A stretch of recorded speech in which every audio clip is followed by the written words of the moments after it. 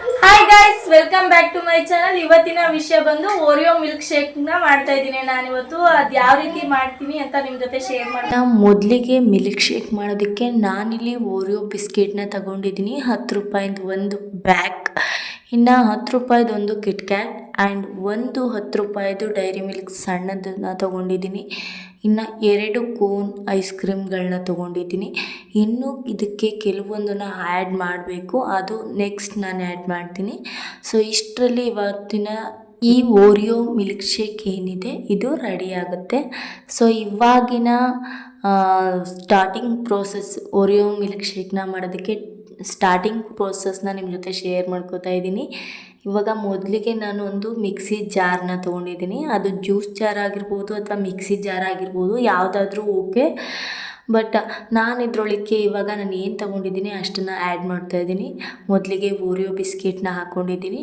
So next ಅದಕ್ಕೆ chocolate ಅಂದರೆ dairy milk ಹಾಕ್ಕೊಂಡಿದ್ದೀನಿ. ನೆಕ್ಸ್ಟ್ ಅದಕ್ಕೆ ಕೋನ್ ಐಸ್ ಕ್ರೀಮ್ ಏನು ತೊಗೊಂಡಿದ್ದೆ ಅದನ್ನು ಆ್ಯಡ್ ಮಾಡಿದ್ದೀನಿ.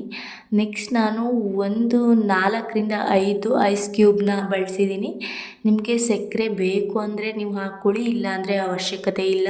ಇದ್ರ ಜೊತೆಗೆ ಹಾಲನ್ನ ಕೂಡ ಹಾಕ್ಕೊಂಡಿದ್ದೀನಿ. ಇನ್ನು ಇದ್ರ ಜೊತೆಗೆ ಒಂದು ಕಿಟ್ ಕ್ಯಾಟ್ನ ಬಳಸ್ಕೊಂಡಿದ್ದೀನಿ, ಇನ್ನೊಂದನ್ನು ಹಾಗೆ ಇಟ್ಕೊಂಡಿದ್ದೀನಿ. ಆ್ಯಂಡ್ ಸೂಪರ್ ಟೇಸ್ಟಿಯಾಗಿರುತ್ತೆ ಅಂತಲೇ ಹೇಳ್ಬೋದು. ಈ ಓರಿಯೋ ಮಿಲ್ಕ್ ಶೇಕ್ ಅಥವಾ ಚಾಕ್ಲೇಟ್ ಮಿಲ್ಕ್ ಶೇಕ್ ಅಂತ ಏನು ಹೇಳ್ತೀವಿ ಅದು ಸಕ್ಕ ಟೇಸ್ಟಿಯಾಗಿರುತ್ತೆ. ಇನ್ನು ನಾವು ಈಗ ಗ್ರೈಂಡ್ ಕೂಡ ಮಾಡಿದಾಗಿದೆ. 2 ಗ್ಲಾಸ್ನ ತೊಗೊಂಡಿದ್ದೀನಿ ನಾನು. 2 ಗ್ಲಾಸ್ ಆಗ್ಬೋದು ಅಂದ್ಕೊಂಡು ತೊಗೊಂಡಿದ್ದೀನಿ, ಬಟ್ ನಾನೇನು ಜಾಸ್ತಿ ಹಾಕಿಲ್ಲ ಅಲ್ವಾ. ಸೊ ಒಂದೇ ಒಂದು ಕಿಟ್ ಕ್ಯಾಟ್ ಆ್ಯಂಡ್ ಒಂದೇ ಒಂದು ಡೈರಿ ಮಿಲ್ಕ್, ಒಂದೇ ಒಂದು ಓರಿಯೋ ಬಿಸ್ಕೆಟ್ ಅಷ್ಟೇ.